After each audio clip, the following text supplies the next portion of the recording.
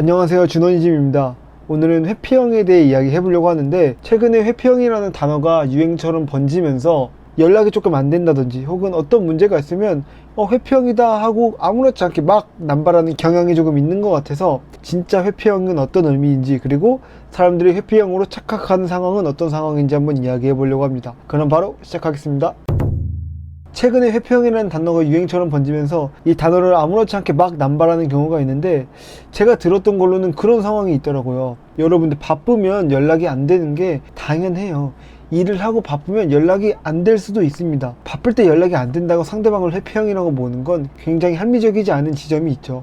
그리고 회피형의 가장 큰 특징은 갈등을 피하는 게 맞지만, 어떤 갈등이 발생했을 때 서로의 감정이 격해져 있고, 이 감정을 조금 진정을 시킨 다음에, 조금 우리 상황이 안정이 된 다음에 조금 더 건강하게 이 갈등을 해결하기 위해 시간을 좀 가시려고 하는 사람을 회피형으로 보는 사람들이 있는데, 그건 회피형이 아니라 어른스러운 겁니다. 조금 더 이 갈등을, 조금 더 우리와의 관계를 건강하게 유지시키기 위해 잠깐 시간을 갖자고 하는 거지, 그 사람이 영원히 시간을 갖자고 하는 게 아니잖아요. 근데 그런 걸 가지고 회피형으로 보는 경우가 저는 요즘에 조금 많은 것 같아서 개인적으로는 안타깝고요. 제가 뭐까지 들었었냐면, 사귀는 사이가 아니라 서로 알아가는 단계에서 상대방이 연락이 잘 안 된다고 회피형의 기질이 있는 거 아니냐라고 이야기를 하는 사람들이 있는데, 여러분 그거는 그냥 나한테 관심이 없는 겁니다. 회피형의 가장 큰 특징은요, 사귀기 전에 나한테 엄청나게 잘해줘요. 내가 마음이 열리면 그때 거리를 두는 타입이지, 사귀지도 않는데 연락이 잘 안 되는 건 회피형의 기질이 아니라 그냥 나한테 마음이 없는 사람입니다. 여러분들, 나한테 마음이 없는 사람을 회피형 기질로 몰아가지 않으셨으면 좋겠습니다.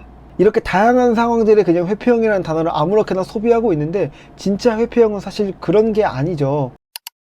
제가 생각하기에 회피형의 가장 주된 특징은 두 가지로 이야기를 할 수 있는데요. 첫 번째는 친밀감에 있어서 불편함을 굉장히 많이 느낀다는 특징이 있는데요. 이 회피형인 사람들도 사랑을 받고 싶어 해요. 그래서 연인을 처음 알아가는 단계 때 상대방에게 굉장히 잘해줍니다. 왜냐면 나도 사랑을 받고 싶기 때문에 굉장히 잘해주는데, 그 잘해주는 마음을 듣고 상대방이 마음이 열려서 다가오려고 하면 그제서는 조금 갑자기 불편함을 느끼고 거리를 두기 시작합니다. 왜? 상대방과 내가 가까워지고 친밀해지는 게 불편하니까. 이게 회피형의 가장 큰 특징입니다. 누군가가 가까워지면 가까워질수록 부담감을 느끼는데, 막상 나는 사랑을 받고 싶어하는 이상한, 그리고 굉장히 앞뒤가 맞지 않은 그런 생각들을 가지고 있거든요. 그래서 처음 만날 때 과하게 잘해준다든지 혹은 전 애인을 신묘하게 그리워한다든지 라는 모습을 보이면, 그게 회피형의 큰 특징 중에 하나가 될 수 있고요. 두 번째 특징은요, 정서적으로 거리를 굉장히 두려고 해요.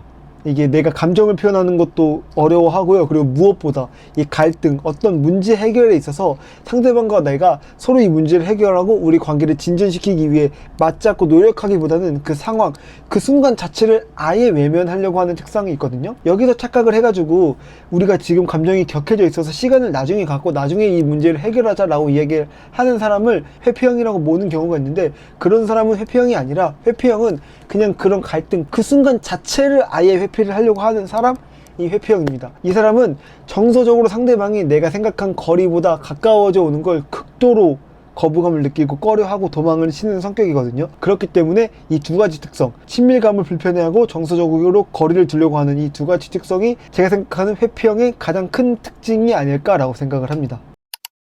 네, 이렇게까지 제가 오늘 준비한 사람들이 회피형으로 오해하는 이유, 그리고 회피형의 가장 큰 특징에 대해 이야기를 해봤는데요. 제가 이 영상을 찍게 된 이유는 바로 다음 영상, 저는 회피형 제조기들이 분명 존재한다고 생각을 하거든요. 그래서 상대방, 내 애인을 회피형으로 만드는 회피형 제조기들의 특징에 대해 한번 이야기해 보도록 하겠습니다. 재밌게 보셨다면 구독과 좋아요 한 번씩 부탁드리고, 저는 다음 영상에서 뵙겠습니다. 안녕.